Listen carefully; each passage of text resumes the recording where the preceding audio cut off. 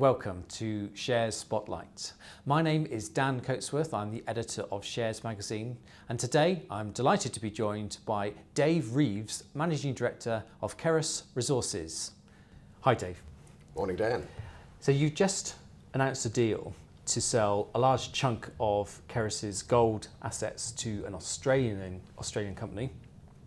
Can you tell me a bit more why you've done this and why you haven't actually either sold the assets outright or used the UK listed shares as a way to raise money amongst UK investors? Sure. The way I'd look at it is it's a way of funding our subsidiary of gold. So we're not actually selling any of the asset, but we are bringing in new money via introducing new money at the asset level, which I think is well received in that a couple of reasons. Firstly, we need to raise quite a bit to do the drilling we need to do. We're talking 5 million quid, which at Topco would be a lot of dilution. There is a large appetite for this type of gold story down in Australia. We can achieve a higher value and less dilution by bringing in that Australian money, and to bring in that Australian money, we needed to list our subsidiary on the ASX, which is what we're doing via a reverse takeover.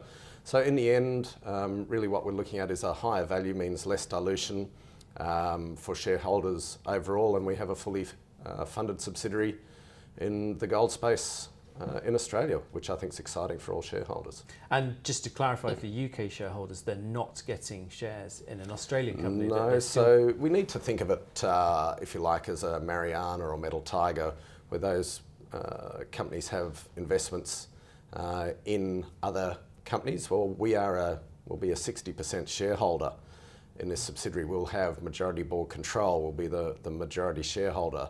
So it really is a subsidiary of PLC. They won't be getting shares. We're not selling the asset. It really is just funding at the subsidiary level. Okay.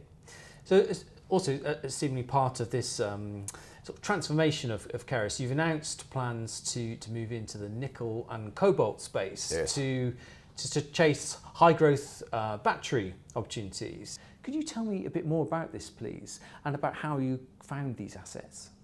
Yeah, we see the battery industry being one of the high growth industries over the next 5 to 10 years. You know, you're seeing a lot of commodities top out, peak iron, peak steel, other sort of things are often quoted, whereas batteries you're seeing higher year growth on growth in some of the metals. Obviously some of those metals are well known to the market. Graphite and lithium have been around for a few years, and you're starting to see some of those mines come into production to satisfy some of that demand. And I think what we had a look at was the battery chemistry and the cathodes in particular. 4 of the 5 main lithium ion cathodes use manganese and cobalt, and we obviously are exposed to manganese, and we said, well, how do we get exposure to cobalt, and should we get exposure to cobalt? Cobalt's actually doubled in price in the last 6 months. It's $50,000 a tonne. So a very high value commodity. It's generally a byproduct of nickel and copper mines, so you can't just turn these things on and off quickly. They often need other metals to be working well to fund them. 50% of cobalt production comes out of the DRC, which is perhaps not the most stable of regions, and the majority of that is controlled by the Chinese. So from a critical supply element into the battery industry, certainly all the reports we've been reading are highlighting cobalt as probably the most critical metal, hence why we decided to look around for a suitable project, and we've ended up applying for some ground in West Africa, and we hope to announce the award of that licence shortly. And just to clarify, this is exploration ground. People shouldn't be expecting production anytime soon. No, it's exploration ground. There has been exploration done before. It's not totally greenfields. There's been soil sampling, trenching, some reasonable grades of cobalt and nickel have been found in a sulfide style ore deposit that outcrops at surface.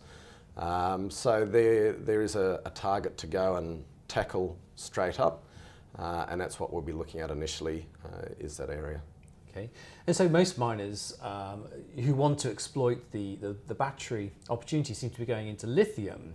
So did you look at that commodity, or do you feel that that space is already exhausted in terms of sort of the good prospects that are known to people? Yeah, look, I think I'm obviously involved in a lithium company myself, and I think lithium's a fantastic metal, but for us, where we are getting in now, it would probably be a bit late. A lot of people are moving into that feasibility stage, so we would be behind the eight ball in that metal, even though I see that as a really good metal into the future.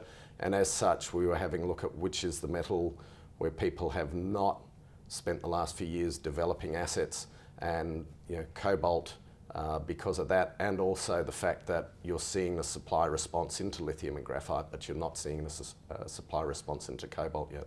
Okay, and so the other asset that's in the business already is manganese. So can you tell me a bit more? What's the plans for that? And is this becoming a bit more important to the company? Yeah, it's becoming a lot more. Look, it's been a long and painful road with the manganese, 4 years waiting for a mining permit. I've been back in Togo a couple of times in the last few months. We've certainly had some very positive interactions with government. We believe we understand the way to unlock that licence, and are working with the government on that.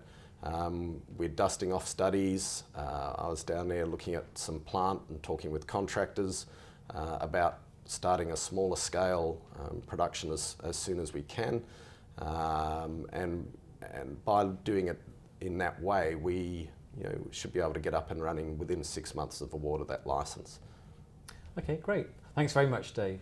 Pleasure, Dan. Thanks for watching. If you want to find more about Keras Resources, go to sharesmagazine.co.uk and type in Keras or use the EPIC code KRS. Thank you.